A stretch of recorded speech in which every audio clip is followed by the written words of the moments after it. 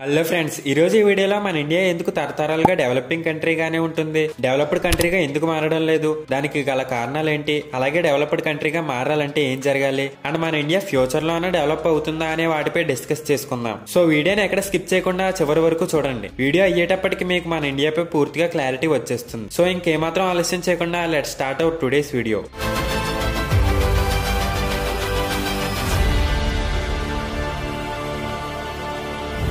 మన తాతలు నాన్నలు కాలంలో అండ్ ఇప్పుడు ప్రస్తుత కాలంలో కూడా మనం ఒక మాట వింటూ వచ్చాం, అదే India is the developing country అని. ఎందుకంటే నిజంగానే ఇండియా డెవలపింగ్ కంట్రీ కాబట్టి. ఇప్పుడు మీ ఆవిడ అని ఎందుకు అంటున్నారో తెలుసా మీరు? మీ ఆవిడ కాబట్టి.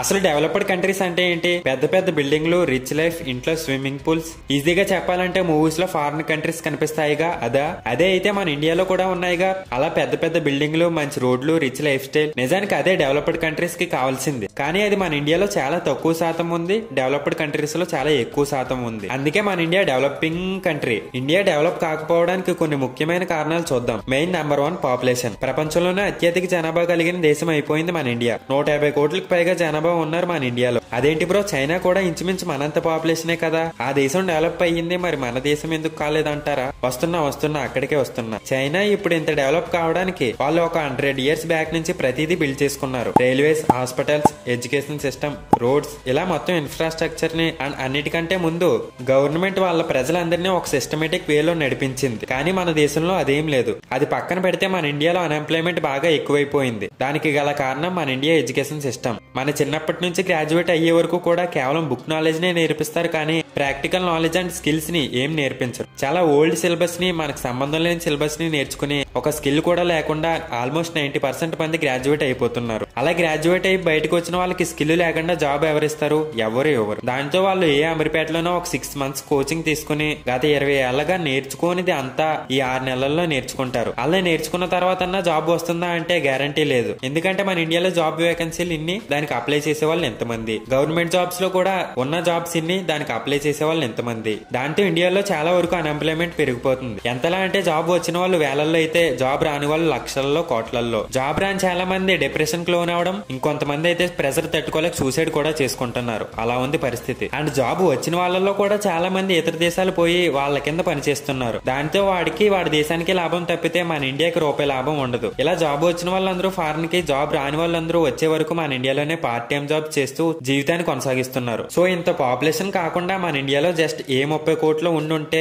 మన ఇండియా ఎప్పుడో బాగుపడేది. అందరికీ జాబ్స్ వస్తాయి, కాంపిటీషన్ ఉండదు కాబట్టి. అందరూ డైలీ నీడ్స్, ఇన్ఫ్రాస్ట్రక్చర్ అనుభవించేవారు. కానీ 150 కోట్లకి పైగా జనాభా ఉండడం ద్వారా ఏది సరిగ్గా లభించడం లేదు. Number 2 education. మన ఇండియాలో లిటరసీ రేట్ వచ్చేసి 76.32%. అంటే ఇండియాలో చదువు రాని వాళ్ళు 24% మంది ఉన్నారు. 24% మంది అంటే 35 కోట్ల పైనే. ఇందులో ఎక్కువ మంది ఆడవాళ్లే ఉన్నారు. మన ఇండియాలో అమ్మాయి గారి పేరెంట్స్ ఇంకా అదే మైండ్ సెట్ తో ఉన్నారు, చదివించడం ఎందుకు, వయసు వచ్చాక పెళ్లి చేసేస్తే సరిపోద్ది కదా అని. అండ్ చాలా మంది పేదవాళ్ళు వాళ్ళ పిల్లల్ని చదివిస్తే రోజు గడవదని, వాళ్ళని కూడా కూలి పనులకు పంపించేస్తే ఆ డబ్బులతో జీవనం కొనసాగుతుందని భావిస్తారు. అదే చేస్తున్నారు కూడా. ఇంకా నార్త్ ఇండియాలో అయితే ఈ ఇల్లిటరేట్ పీపుల్ చాలా మంది ఉంటారు. ఆల్మోస్ట్ ఎక్కువ మంది చదువు రాని వాళ్ళే ఉంటారు. వాళ్ళందరూ వర్కర్స్ గా, లేబర్స్ గా డైలీ వేజెస్ కి పనిచేస్తుంటారు. వాళ్ళ పిల్లల్ని కూడా అలాగే చేయిస్తూ ఉంటారు. అంతే వాళ్ళు డెవలప్ కారు, వాళ్ళ పిల్లలు డెవలప్ కారు, ఇండియా డెవలప్ కాదు. వరల్డ్ లోనే డెవలప్ అయిన కంట్రీస్ అన్ని ఆల్మోస్ట్ 90% లిటరసీ రేట్ కలిగి ఉన్నాయి. అంతెందుకు చైనా లిటరసీ రేట్ వచ్చేసి 99%. అంటే చైనాలో మీకు చదువు రానివాడు ఎక్కడో కోటికి ఒకటి కనిపిస్తాడు. మరి మన ఇండియాలో అబ్బో.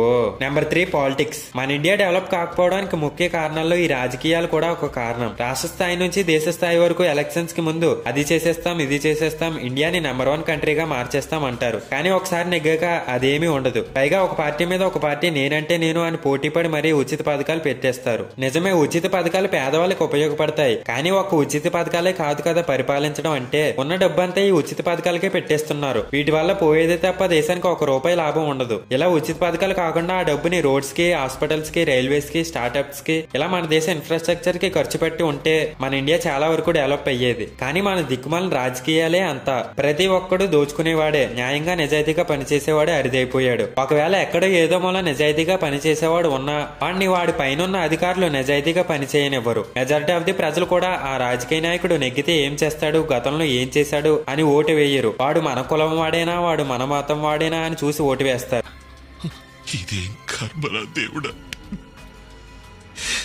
అరే డెవలప్డ్ కంట్రీస్ లో ఇలాంటి కుల మత గొడవలే అస్సలు ఉండవు, కానీ మన దేశంలో ఏంట్రా అంటే మా మతం ఎంత మా కులం ఎంత అని గొడవలు తగాదాలు, అసలు ఐక్యమత్యం అనేదే ఉండదు. దాని వల్ల పాడైపోయేది మన ఇండియాయే. ఇంకెలాంటి గొడవలే అలుసుగా తీసుకుని మన రాజకీయ నాయకులు ఓట్లు వేయించుకుని 5 ఏళ్లు దర్జాగా దోచుకుంటారు. Number 4 corruption. మన ఇండియాలో లంచం గురించి ఇప్పుడు నేను ప్రత్యేకంగా చెప్పాలా ఏంటి? అబ్బో, చిన్న రేంజ్ ఆఫీసర్ నుంచి పెద్ద రేంజ్ ఆఫీసర్ వరకు ప్రతి ఒక్కడు లంచం తీసుకునేవాడే. వాడు లంచం తీసుకోవడం పక్కన పెడితే మనమే లంచం ఇచ్చేసి స్టేజ్ కి వచ్చేసాం మన పని త్వరగా అయిపోవాలని. ప్రతి ఒక్కడు అక్రమంగా లంచం తీసుకోవడం, బోల్డ్ అంత నల్లధనం పోగేయడం, న్యాయంగా పనిచేసే వాళ్ళే కరువైపోయారు. Number 5 poverty. మన ఇండియాలో పేదరికం చాలా ఎక్కువగా ఉంది. ఎంతలా అంటే రోజుకి తినడానికి తిండి లేక ఆకలితో చనిపోయే వాళ్ళు వేల నుంచి లక్షల్లో ఉంటున్నారు. ఈ పావర్టీలో కూడా 3% మంది ఎక్స్ట్రీమ్ పావర్టీలో ఉన్నారు. అంటే తినడానికి తిండి లేక, ఉండడానికి ఇల్లు లేక, రెక్కాడొక్క ఆడని పరిస్థితి. మిగతా చాలా మంది కూడా అడుక్కుంటూ జీవనాన్ని కొనసాగిస్తే ఇంకొంతమంది కూలి పనులు చేసుకుంటూ అలాగే డైలీ లేబర్స్ గా వర్క్ చేస్తూ పొట్ట నింపుకుంటున్నారు. ఈ పేదరికం పెరుగుతుందే తప్ప తగ్గడం లేదు.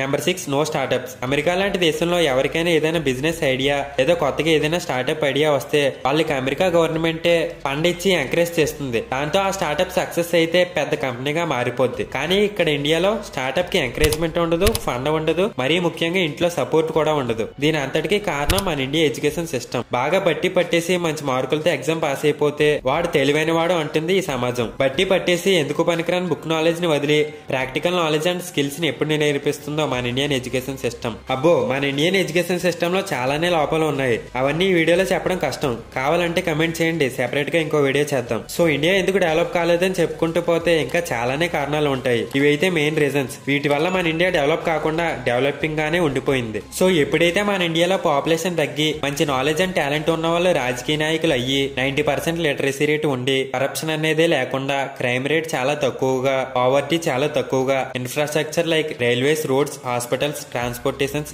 అభివృద్ధి చెంది ఇవన్నీ ఎప్పుడైతే మారుతాయో అప్పుడు ఇండియా బాగుపడుతుంది. అప్పటి వరకు ఇలానే ఉంటుంది. అసలైనది మెయిన్ ఇండియా ఎడ్యుకేషన్ సిస్టమ్ మారాలి. ఆ తర్వాత ఇవన్నీ మారాలి. ఇవన్నీ మారితే అప్పుడు India is not a developing country, India is a developed country అనొచ్చు. అంటే అన్నాడు గాని ఆ ఊహ ఎంత బాగుందో. సో ఈ పాయింట్స్ పై మీ అభిప్రాయం ఏంటి? ఇవి మారితే సరిపోద్దా లేదా ఇంకేమైనా మారాలా? అండ్ ఇండియా డెవలప్డ్ కంట్రీ అవుద్దా లేదా? దానిపై మీ అభిప్రాయం ఏంటి? కమెంట్ చేయండి. వీడియో నచ్చితే లైక్ చేసి మీ ఫ్రెండ్స్ అండ్ ఫ్యామిలీకి షేర్ చేయండి. ఇలాంటి మరెన్నో ఇంట్రెస్టింగ్ అండ్ ఇన్ఫర్మేటివ్ వీడియోస్ కోసం నా ఛానల్ ని సబ్స్క్రైబ్ చేసుకుని బెల్ ఐకాన్ ఆన్ లో పెట్టుకోండి. నెక్స్ట్ వీడియోలో కలుద్దాం. అంతవరకు సైనింగ్ ఆఫ్. Bye bye.